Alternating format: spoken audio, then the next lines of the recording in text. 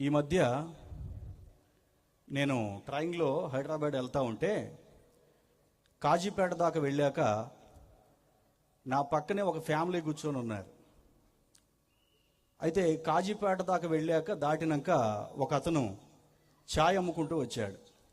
వచ్చి ఆయన ఎంత స్పష్టంగా అంటే చాలా స్పష్టంగా కేకేసి చెప్తా ఉన్నాడు.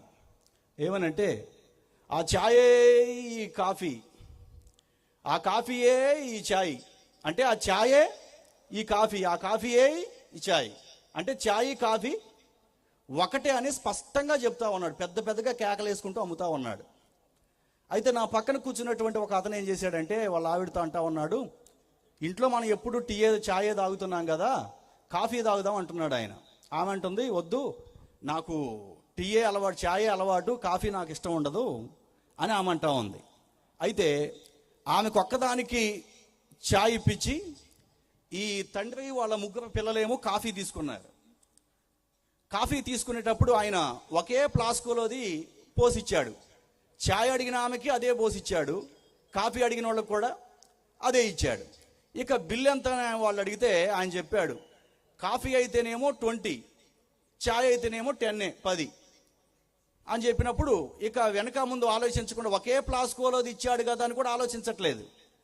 కాఫీకి 10, మిగతా 4 టీలకి 4 కాఫీ, ఛాయ్కేమో 10, మిగతా 4 కాఫీలకేమో అంటే ఇప్పుడు మొత్తం వీళ్ళకి ఎంత నష్టం?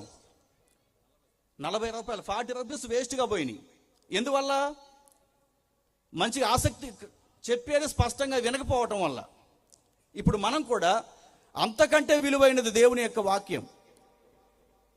కాబట్టి అటువంటి విలువైన ప్రాముఖ్యమైన దేవుని యొక్క మాటలు, మన జీవితానికి ఉపయోగపడే మాటలు, మన కుటుంబాన్ని కట్టే మాటలు మనకు అందించబడుచుండగా ఏ ఒక్కళ్ళకు కూడా అనాలోచనగా ఉండక, దేవుడు నా జీవితం కోసమే ఈ యొక్క విలువైన మాటలు అందిస్తున్నాడు అనే ఒక మంచి ఉద్దేశం కలిగి ఆసక్తిగా దేవుని యొక్క మాటలు విన్నటువంటి దేవుని యొక్క మాటలన్నిటినీ కూడా మన జీవితాలకు అన్వయింపు చేసుకొని అటు మాటలను మనం పాటిస్తూ దేవుని యొక్క నామానికి మహిమ వచ్చే విధంగా మనం ముందు కొనసాగుదాం. హల్లెలూయా.